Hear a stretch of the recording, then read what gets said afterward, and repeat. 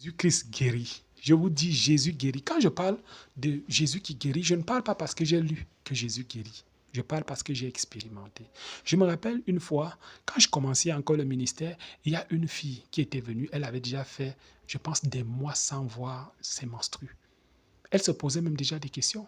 Elle est malade. Imaginez-vous une jeune fille qui ne voit pas ses menstrues. Tout est bloqué. C'est compliqué. Tu ne sais pas ce qui se passe à l'intérieur, ainsi de suite. Tu ne sais même pas où, parce qu'en fait, ça doit sortir. Mais quand ça ne sort pas, tu te poses un certain nombre de questions. Elle est arrivée pleurer devant moi. Et puis, j'ai dit, Seigneur, fais quelque chose. Je me rappelle très bien comme si c'était hier. Ce jour, je n'avais même pas duré avec elle. Je me suis juste levé et on n'avait même pas encore une assemblée vraiment qui était vraiment décente. On était encore dans une maison penchée comme ça, en terre battue. Et je me suis levé, elle est entrée là, je me suis levé, j'ai prié. Je lui ai d'abord donné la parole. Je lui ai demandé si elle croit. Elle m'a dit qu'elle croyait. Je lui ai dit que le Seigneur va te délivrer. Je me suis levé, j'ai juste posé ma main sur elle. Quand j'ai posé ma main sur elle, elle est tombée. Quand elle est tombée, parce que beaucoup de gens se disent non, vraiment, pourquoi il faut forcément qu'on tombe? Il y a des esprits qui vont t'amener à tomber.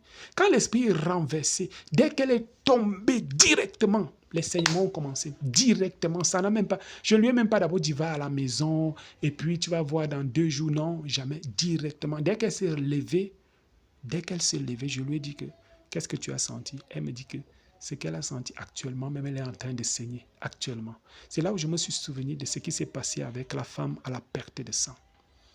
Lorsqu'elle suivait le Seigneur, elle disait en elle-même, si je puis seulement toucher le vêtement de cet homme. En elle-même, ce n'est pas qu'il y avait quelqu'un qui lui donnait des conseils là. Non, non, non. À un moment donné, tu es seul avec Dieu. Elle dit, si je puis seulement toucher les vêtements de cet homme, le bord des vêtements de cet homme, je serai guéri. Et pendant qu'elle parlait en elle-même, elle approchait. Elle approchait Jésus qui était entouré des disciples et d'une grande foule. Et puis, elle cherchait seulement une ouverture. Elle approchait, elle approchait, elle approchait, elle approchait, elle approchait, jusqu'à ce qu'elle soit à côté. Une femme à cette époque qui voyait ses menstrues en désordre comme ça était pratiquement maudite. Elle était souillée. Et si on l'attrapait en train de faire ce genre de choses, et on découvrait en fait qu'elle est dans cette période-là, on allait la lapider. C'était comme ça la loi. Donc, elle risquait même la mort parce que la foi, c'est prendre les risques. Mais la Bible nous fait comprendre. Quand elle a touché le bord du vêtement de Jésus, Jésus a dit, qui m'a touché? Finalement, elle s'est confessée. Et le Seigneur a dit, oh, va, ta foi t'a sauvé. Je prie et je prophétise que toutes les personnes qui vivent ce genre de choses reçoivent instantanément leur délivrance au nom puissant de Jésus-Christ. Amen.